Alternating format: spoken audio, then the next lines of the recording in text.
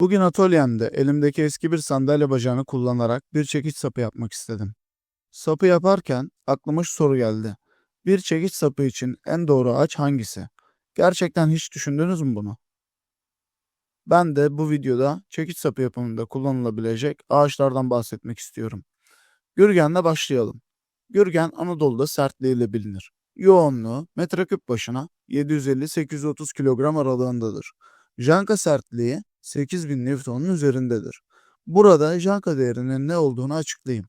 Ahşap karşılaştırmalarında duyduğumuz bu değer 11,28 mm çapında çelik bir bilyenin ahşap yüzeyin yarısına kadar gömülmesiyle yapılan bir test sonucunda bulduğumuz değerdir.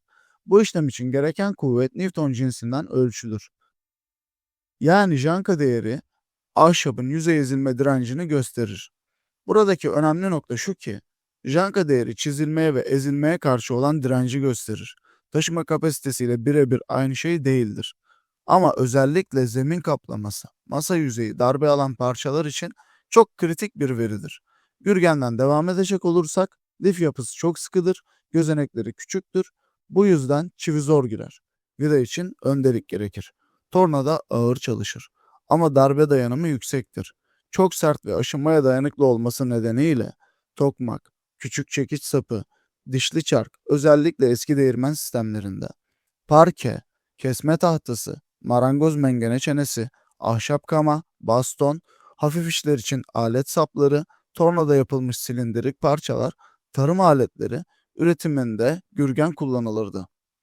Zayıf yönlerine değinmek gerekirse, nem değişimine toleransı düşüktür. Hızlı kurutulursa çatlar. Kuruma hatasını affetmez. Gürgen güç ağacıdır ama dikkat gerektirir. Kayın Türkiye'de en yaygın sert ağaçtır.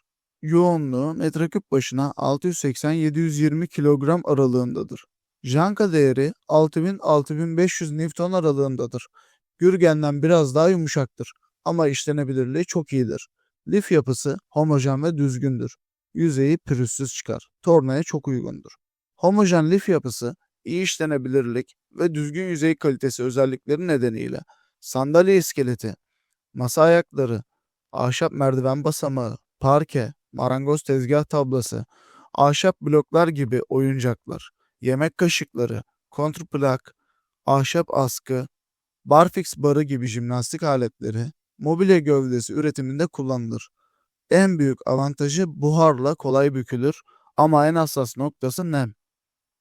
Kayın nem değişiminde hızlı tepki verir. Dış mekanda çürümeye karşı zayıftır. Kayın dengeli ama kontrollü kullanılması gereken bir ağaçtır. Diş budak en karakterli görünüme sahip olandır. Yoğunluğu metreküp başına 650-700 kilogram aralığındadır. Janka değeri 5800-6500 Newton aralığındadır. Sertlik olarak kayına yakındır. Ama onu farklı yapan şey elastikiyetidir. Yük altında kırılmadan önce esner.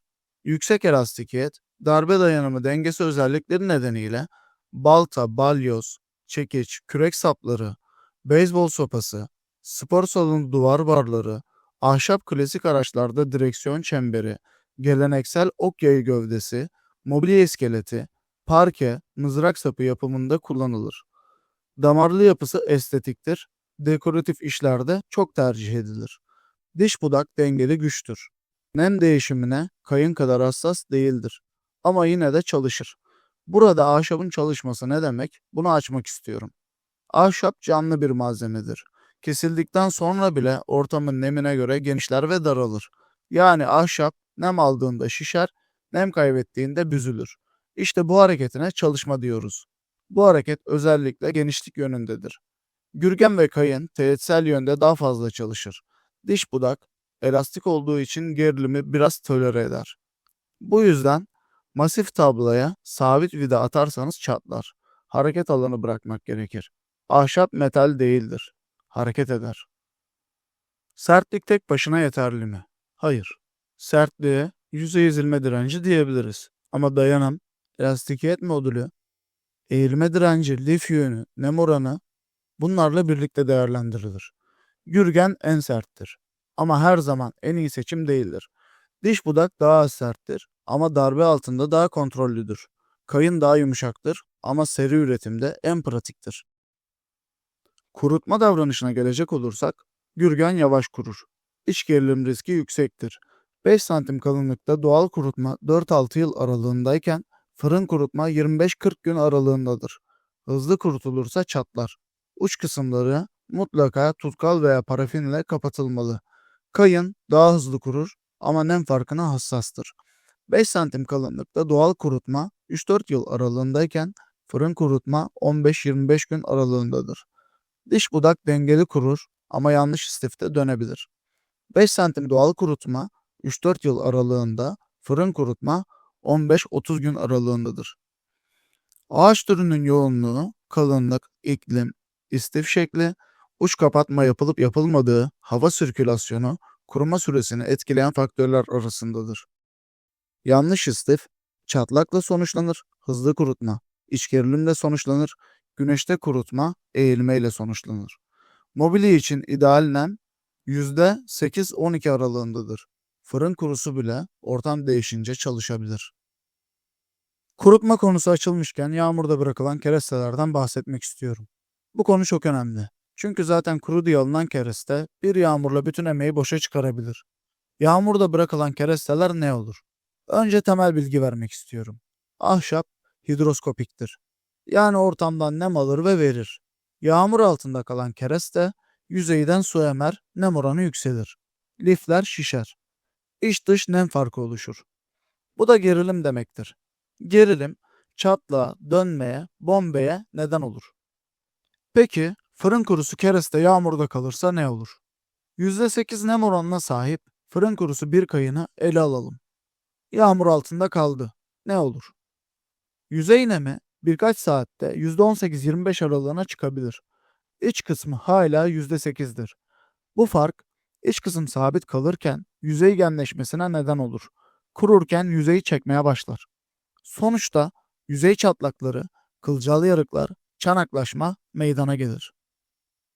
Peki kaç saatte zarar görür? Hafif nemli hava sorun değildir. Kısa süreli çiselenme genelde kritik değildir. Ama ağaçların üst üste gelip ıslanması, saatlerce yoğun yağmur, ıslanıp kurumaya bırakma işte bu risklidir. Peki hangi ağaç daha hassastır? Kayın nem değişimine çok duyarlıdır. Gürgen yüzey çatlaması riski oluşturur. Diş budak biraz daha toleranslı ama yine de risklidir. Çam gibi yumuşak ağaçlar genelde daha az dramatik tepki verir. Peki ıslanan kereste kurtarılır mı? Eğer eğilme başlamadıysa, derin çatlak yoksa kurtarılabilir. Yapılacaklar şöyle sıralanabilir. Direkt güneşe koymamak gerekir. Yavaş kurutulur. Aralıklı takozla istiflenir. Hava sirkülasyonu sağlanır. Ani kurutma en büyük hatadır. En büyük hata ıslanan keresteyi nasıl olsa kurur deyip kapalı atölyeye üst üste koymaktır. Alt taraf küf yapar. İç gerilim artar.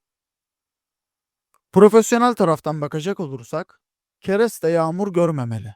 Toprakla temas etmemeli. Naylon altında terlememeli. Üzeri kapalı, yanları açık istif en doğrusudur. Yağmur ahşabı çürütmez hemen ama dengesini bozar. Ahşap için en tehlikeli şey su değildir. Ani nem değişimidir.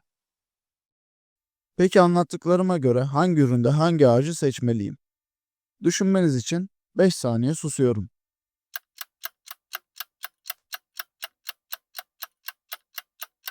Eğer aşırı sert ve darbe alan bir parçaysa gürgen.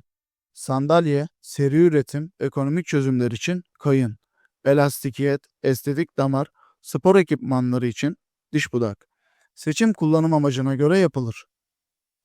Özet geçecek olursak gürgen maksimum sertlik, minimum tolerans. Kayın dengeli üretim dostu. Diş budak elastik, karakterli, kontrollü güç. Mantıklı olan en serti seçmek değil, doğru işi doğru ağaçla yapmaktır. Bonus olarak bir bilgi daha vereyim. Dünyada profesyonel çekiç ve balyoz sapı denince bir ağaç var ki neredeyse standart kabul edilir. Hickory'den bahsediyorum. Çok yüksek darbe direnci, şok emme kapasitesi nedeniyle profesyonel çekiç sapı, balyoz balta, kazma sapı, davul bageti, beyzbol sopası, Amerikan tipi ok yayı, endüstriyel merdiven basamakları, eski tip ahşap kayak çekirdeği, spor aletleri üretiminde kullanılır. Amerika'da endüstriyel çekiç üreticilerinin büyük çoğunluğu hikori kullanır. Çünkü hikori çok yüksek darbe dayanımına sahiptir. Lifleri uzun ve esnektir. Kırılmadan önce ciddi şekilde esneyebilir. Şok emme kapasitesi olağanüstüdür. Yoğunluğu yaklaşık metreküp başına 800 kilogram civarındadır. Janka değeri yaklaşık 8000-8200 Newton aralığındadır. Ama gürgen gibi sert ve kırılgan değildir. En önemli özelliği şu: hikori ani lif kopması yapmaz. Önce esner, uyarı verir, sonra kırılır. Bu da güvenlik açısından büyük avantajdır. Türkiye'de yaygın değildir. Genelde ithaldir ve pahalıdır. Ama teknik olarak konuşursak, diş budak bizim için en mantıklı çözümken hikori dünya çapında referans malzemedir. Yani eğer bir gün en iyisini yapmak isterseniz hikori bu işin zirvesidir. Bu videoda gürgen, kayın, diş budak ve hikori'den bahsettim. Bu tarz faydalı içerikler için beğenip abone olmayı, bildirimleri açmayı unutmayın. Ağaçları anlattığım serinin devamı için takipte kalın.